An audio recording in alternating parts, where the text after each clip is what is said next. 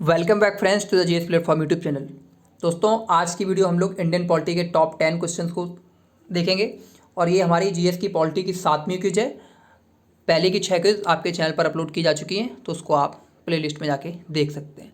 आज की वीडियो की शुरुआत कल के प्रश्न के उत्तर से करते हैं। कल आपसे पूछा गया था कि निम्नलिखित में से किसका उल्लेख संविधान में नहीं है। वित्त आयोग है अनुच्छेद 280 में, लोकसभा सचिवालय भी है और चुनाव आयोग का भी 324 में उल्लेख है। लेकिन राष्ट्रीय मानवाधिकार आयोग इसका संविधान में उल्लेख नहीं है। क्यों नहीं है? क्योंकि राष्ट्रीय मानवाधिकार आयोग एक स्वतंत्र वैधानिक संस्था है जिसकी स्थापना 12 अक्टूबर 1993 को की गई थी। इसका मुख्यालय नई दिल्ली में है और वर्तमान में जो इसके अध्यक्ष हैं वो हैं पूर्व सेवानिवृत्त जस्टिस HL दत्तू। अब आज के प्रश्न की शुरुआत करते हैं। तो आज का हमारा पहला क्वेश्चन है, भारत की संविधान सभा गठित करने का आधार क्या था? इनमें से कौन सा आधार था जिसके आधार पर भारत की संविधान सभा का गठन हुआ? इस क्वेश्चन का सही आंसर है ऑप्शन सी, कैबिनेट मिशन 1946।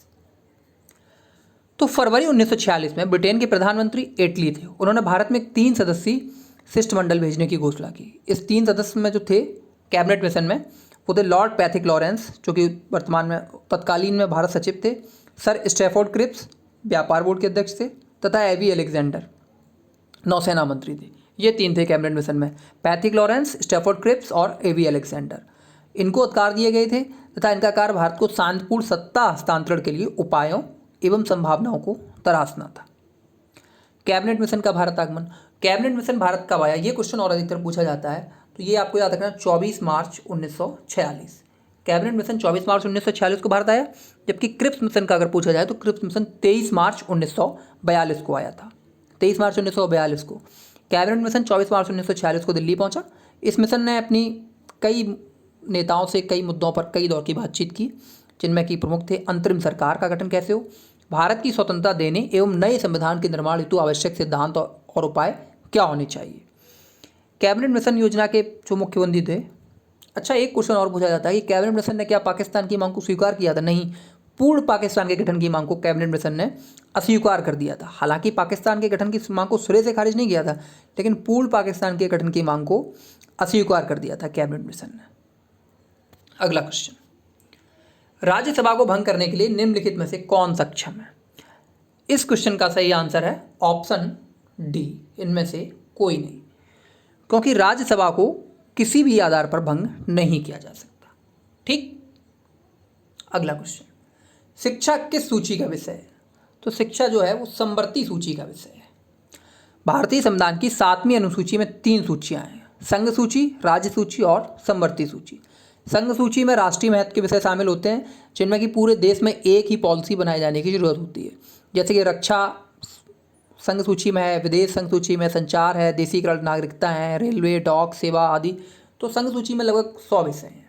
ठीक।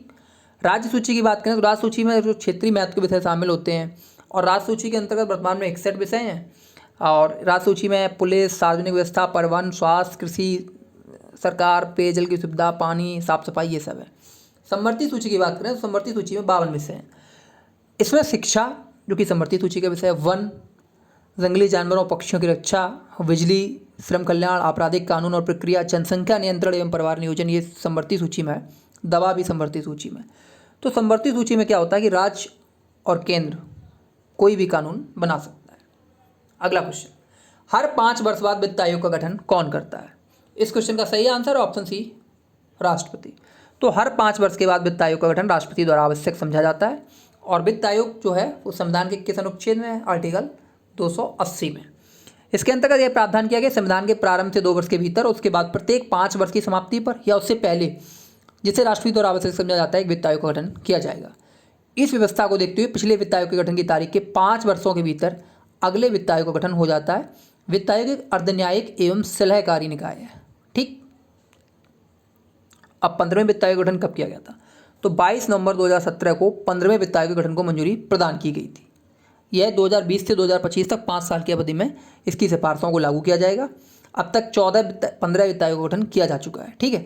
15वें वित्त आयोग के जो अध्यक्ष थे वो थे श्री NK सिंह। अगला क्वेश्चन, एक बार पूरे कार्यकाल के लिए चुने जाने पर कोई न्यायाधीश अंतर्राष्ट्रीय न्यायालय में कितनी अवधि तक काम करता है? देखिए, इस क्वेश्चन का जो सीधा सीधा आंसर है वो ऑप्शन सी, 9 वर्ष। तो अंतर्राष्ट्रीय न्यायालय में अगर कोई न्यायाधीश एक बार चुन लिया जाए पूर्ण तरीके से तो फिर वो 9 साल तक रहता है। अब बात करें अंतर्राष्ट्रीय न्यायालय की, यानी कि इंटरनेशनल कोर्ट ऑफ जस्टिस, तो इसकी जो स्थापना हुई थी वो 1945 में हुई थी। ठीक, और इसने जो काम करना शुरू किया वो अप्रैल 1946 से। इसका मुख्यालय कहाँ है? इसका मुख्यालय द हेग, नीदरलैंड में स्थित है। इंटरनेशनल ICJ का मुख्यालय है, यानी कि international chief court of justice, इसका मुख्यालय जो है वो द हेग, नीदरलैंड के पीस पैलेस में स्थित है। और यह संयुक्त राष्ट्र के 6 प्रमुख संस्थानों में है, लेकिन संयुक्त राष्ट्र के 6 प्रमुख संस्थानों में 5 न्यूयॉर्क में और ये द हेग में है। इसमें 193 देश शामिल हैं और इसके वर्तमान जो अध्यक्ष हैं वो हैं अब्दुल कावी अहमद यूसुफ। यह विभिन्न राष्ट्रों के बीच कानूनी विवादों को सुलझाता है और अधिकतर संयुक्त राष्ट्र के अंगों तथा विशेष एजेंसियों द्वारा कानूनी प्रश्नों पर अंतर्राष्ट्रीय कानून के अनुसार काम करता है। न्यायालय में 15 न्यायाधीश होते हैं। अंतर्राष्ट्रीय न्यायालय में जो न्यायाधीशों की संख्या होती है वो होती है कितनी? 15 है। 15 से अधिक नहीं हो सकते। इसमें से भी महाद्वीप के अनुसार डिवीजन होता है। अफ्रीका महाद्वीप से 3, लैटिन अमेरिका और कैरिबियाई देशों से 2, एशिया की बात की जाए तो एशिया से 3, जिनमें से हमारे भारत के वर्तमान में 1 हैं, पश्चिमी यूरोप और अन्य राज्यों से 5, जबकि पूर्वी यूरोप से 2। अफ्रीका से 3, लैटिन अमेरिका और कैरिबियन देशों से 2, एशिया से 3, पश्चिमी यूरोप और अन्य राज्यों से 5 और फिर पूर्वी यूरोप से 2। 5 2 7, 3 10, तो 12 3 15। ठीक, वर्तमान में भारत के न्यायाधीश कौन है? तो वर्तमान में जो भारत के न्यायाधीश हैं वो दलवीर भंडारी, जो कि 27 अप्रैल 2012 से ICJ के सदस्य हैं और यह 2021 तक रहेंगे, 9 साल रहेंगे। अभी तक भारत के 4 न्यायाधीश ICJ में नियुक्त हो चुके हैं। सबसे पहले हुए थे सर बेनेगल राव, यानी कि BN राव, जो कि संवैधानिक सभा के सलाहकार भी थे, और उसके बाद नागेंद्र सिंह, फिर रघुनंदन स्वरूप पाठक और अब दलवीर भंडारी, यानी कि 4 न्यायाधीश ICJ में अभी तक भारत के हुए हैं। सबसे पहले हुए थे सर बेनेगल राव, फिर नागेंद्र सिंह, रघुनंदन स्वरूप पाठक और दलवीर भंडारी। अगला क्वेश्चन, सामाजिक न्याय के उद्देश्य का उल्लेख भारतीय संविधान में कहाँ किया गया है? इस क्वेश्चन का सही आंसर है ऑप्शन सी, आर्टिकल 15।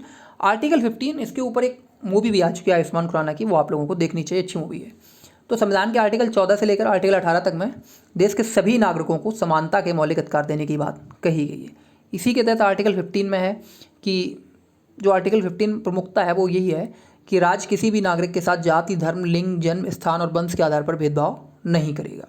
ठीक है, आर्टिकल 52 में जो है, यानी कि 15(2) में, इसमें छुआछूत से संबंधित है, जैसे सार्वजनिक स्थानों पर, कुओं और घाटों, तालाबों वगैरह पर जाने से किसी को नहीं रोका जाएगा। और आर्टिकल जो 15(3) में है उसमें महिलाओं और बच्चों के लिए स्पेशल कानून बनाया जा सकता है, ये इसके बाद है। जबकि आर्टिकल 15(4) है, इसमें क्या है, इसमें आरक्षण के लिए SC ST OBC के लिए विशेष उपबंध बनाने की छूट है, आर्टिकल 15(4).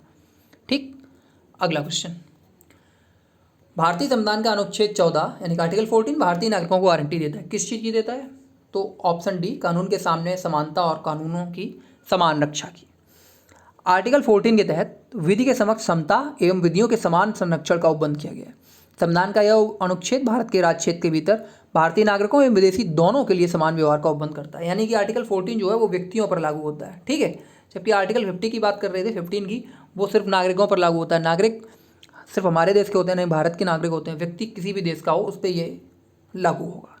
ठीक, और जो इसकी अवधारणा है वो अमेरिकी संविधान से प्रेरित है। अगला क्वेश्चन, मूल अवधारणा जो है वो ब्रिटिश संविधान से प्रेरित है और दूसरी अवधारणा जो है वो अमेरिका के समान संविधान से प्रेरित है। भारतीय संविधान का अनुच्छेद 19 क्या प्रदान करता है? तो अनुच्छेद 19 कितनी स्वतंत्रताओं को प्रदान करता है? 6 स्वतंत्रताओं को प्रदान करता है अनुच्छेद 19। ठीक है, आर्टिकल 19 6 स्वतंत्रताओं को प्रदान करता है। और हाल ही में सुप्रीम कोर्ट ने माना कि इंटरनेट का उपयोग करने का अधिकार भी अनुच्छेद 19(1)(a) के तहत एक मौलिक अधिकार है। ये एक इंपॉर्टेंट क्वेश्चन बन रहा है, क्योंकि हाल ही में अभी ये बहस चल रही थी इंटरनेट का अधिकार मौलिक अधिकार है या नहीं। तो सुप्रीम कोर्ट ने अब जब ऑफिशियली मान लिया है तो आर्टिकल 19(1)(a) के तहत सब क्लॉज ये एक मौलिक अधिकार है। ठीक है, मौलिक अधिकार 6 हैं, कौन कौन से? 19(1)(a) में सभी नागरिकों को अभिव्यक्ति की स्वतंत्रता का अधिकार है, इसमें मैं बता रहा हूँ। और 19(1)(b) में बिना हथियार किसी जगह शांतिपूर्वक इकट्ठा होने का है। 19(1)(c) में संघ या संगठन बनाने का है। 19(1)(c) में है।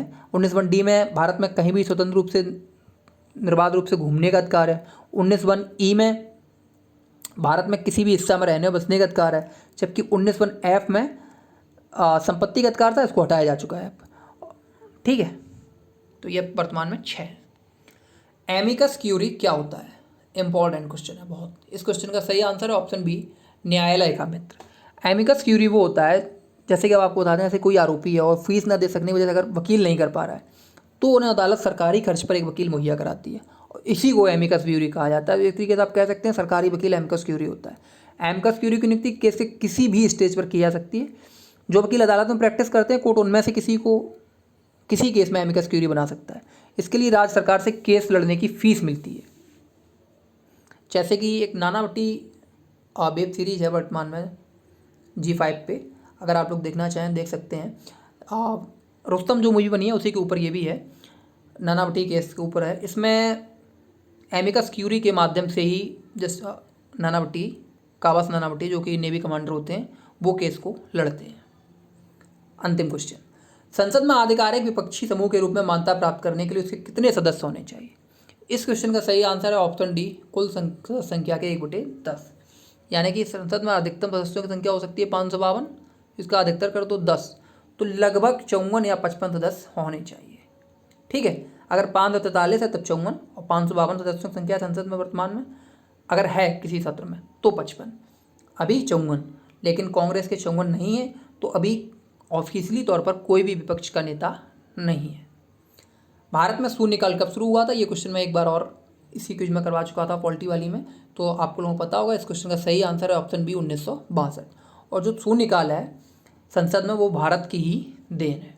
अब आज का सवाल, इसका आंसर आपको कमेंट बॉक्स में देना है कि भारत में उपराष्ट्रपति का पद किस देश के संविधान से लिया गया है। इस क्वेश्चन का आंसर आपको कमेंट बॉक्स में कमेंट करना है। और फ्रेंड्स, आपको बताना है कि आपको आज की वीडियो कैसी लगी। अच्छी लगी हो तो इसको लाइक कीजिएगा, शेयर कीजिएगा और चैनल को सब्सक्राइब कीजिएगा। Thank you.